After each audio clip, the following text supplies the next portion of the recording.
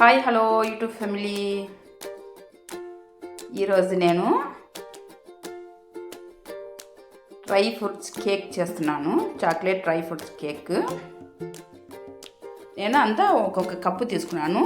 ఇది ఖజూరు, ఈ ఖజూరం తీసుకున్నాను. ఇది కూడా ఒక కప్పు ఖజూరు తీసుకున్నాను. ఇది లోపల ఉన్న ఈ బీన్స్ అన్నీ తీసేసి ఇత్తనం తీసేసిన తర్వాత ఇది కూడా చిన్న చిన్న ముక్కలుగా కట్ చేసుకోవాలి. ఇట్లా మొత్తం అట్లే కట్ చేసుకోవాలి.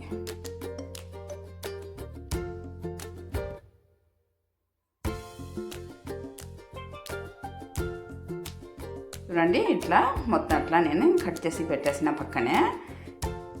దాంతోపాటు అన్ని డ్రై ఫ్రూట్స్ మనం ఏమన్నా డ్రై ఫ్రూట్స్ తీసుకున్నామో అన్నీ అట్లే చిన్న చిన్న ముక్కలుగా మనం కట్ చేసుకోవాలన్నమాట. కాజు కూడా అది కూడా ఒక కప్పు తీసుకున్నాను. ఇది కూడా అట్లా చిన్న చిన్న ముక్కలుగా కట్ చేసుకోవాలి.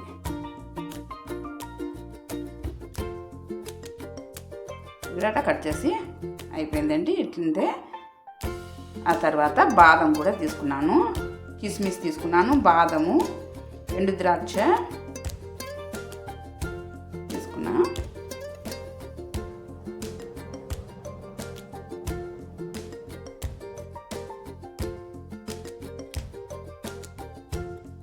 అయిపోయింది. ఇది కూడా కటింగ్ అయిపోయిందండి. మొత్తం కటింగ్ ప్రాసెస్ అయిపోయింది.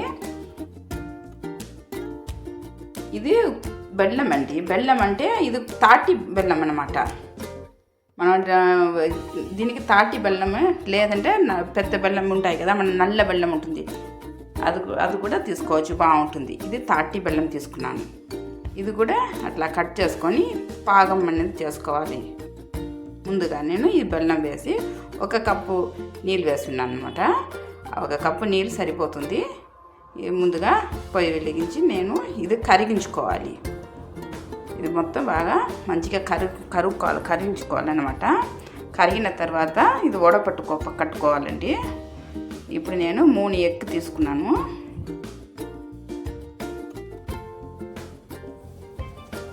ఇట్లా బీటర్ కానీ, లేదంటే మనం చెంచా ఉండే చెంచాలతో కానీ, బిస్కర్తో కానీ మనం ఇది బీట్ చేసుకోవాలి.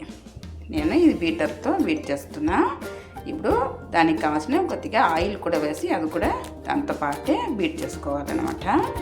ఆ తర్వాత ఒక్కొక్క డ్రై ఫ్రూట్స్ అన్నీ వేసి దానిలోనే కలుపుకోవాలి. నేను కొద్దిగా పక్కన ఎత్తి పెడుతున్నాను, ఎందుకంటే దాని పైన కొద్దిగా వేసుకున్న దానికినేసి ఎత్తి పెడుతున్నా. మొత్తం వేయకుండా సొహం వేసేసి సొహం పక్కన ఎత్తి పెట్టుకోవాలి, దాని పైన వేసేదానికి అనమాట.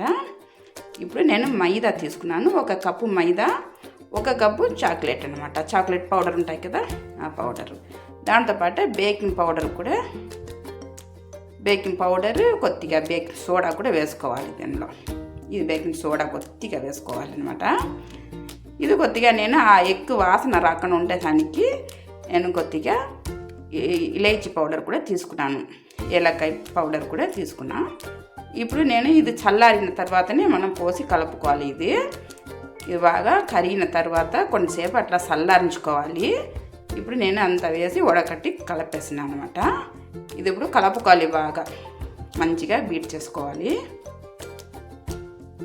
మొత్తం బాగా పిండి అన్నీ బాగా ఒకవేళ టైట్ అనిపిస్తే, పిండి ఏమైనా టైట్ అనిపిస్తే మళ్ళీ పాలు వేసి కలుపుకోవాలన్నమాట. ఎక్కువ టైట్ ఉంటే కూడా బాగుంటుంది, కొద్దిగా లూజ్గానే ఉండాలి ఆ పిండి అన్నమాట. పాలు బాగా కొద్దిగా పాలు వేసి కలిపితేనే బాగుంటుంది. నేను కొద్దిగా పాలు వేసి కలుపుతున్నాను. చూసి కలుపుకోవాలన్నమాట. మరి అంత నీళ్ళుగా అయిపోతే బాగుంటావు, చాలా సేపు అవుతుందన్నమాట ఉడికేదానికి కూడా. అది ఇట్లా ఉంటే సరిపోతుందన్నమాట. ఇప్పుడు నేను ఆ కేక్ గిన్నె ఉంటుంది కదా, దానిలో కొద్దిగా ఈ బటర్ పేపర్ పెట్టేసి దానిలో ఆయిల్ అన్నీ కొద్దిగా ఇట్లా ఆయిల్ అన్నీ ఇట్లా పూసేసేసిన తర్వాత ఈ కలిపి పెట్టిన ఈ మిశ్రమం దానిలో వేసేసుకోవాలి. ఇట్లా మొత్తం తీసి దానిలో వేసేసిన తర్వాత నేను ఇది మామూలుగా నేను కడాయిలు చేస్తున్నాను. కొద్దిగా అట్లా తట్టేసేయాలన్నమాట. అట్లా కొంతసేపు ఇప్పుడు నేను అంతా పక్కన ఎత్తి పెట్టినా కదా డ్రై ఫ్రూట్స్ అంతా, దాని పైన అట్లా చల్లించుకోవాలి. కొద్దిగా అట్లా చల్లితే సరిపోతుంది అనమాట. దీనిలో మనకి ఏ డ్రై ఫ్రూట్స్ కావాలంటే అది వేసుకోవచ్చు, లేదంటే ఫ్రూటీ ఫ్రూట్ ఉండే కూడా అది కూడా వేసుకోవచ్చు.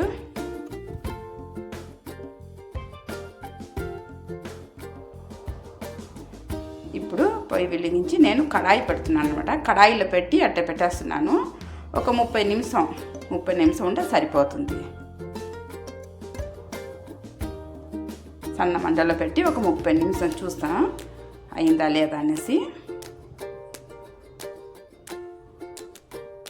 అంతేనండి, చూడండి బాగా మంచిగా వచ్చింది, బాగా పొంగింది కూడా, బాగా వచ్చింది. ఇప్పుడు దానిపైన ఒక పన్నం పెట్టి దానిలో మళ్ళీ ఇట్లా ఈ పక్క కూడా తిప్పేసుకోవాలన్నమాట.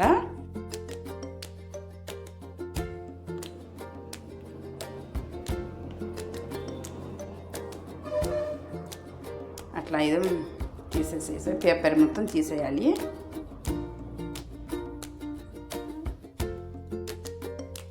చూడండి చాలా బాగా మంచిగా వచ్చింది. ఇంతేనండి, నా వీడియో చూడండి, పూర్తిగా చూడండి. వీడియో చూసి లైక్ సబ్స్క్రైబ్ చేసుకోండి.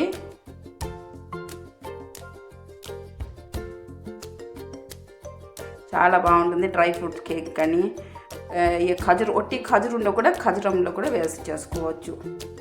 చాలా మంచిగా కుదురుతుంది. తప్పకుండా ట్రై చేయండి.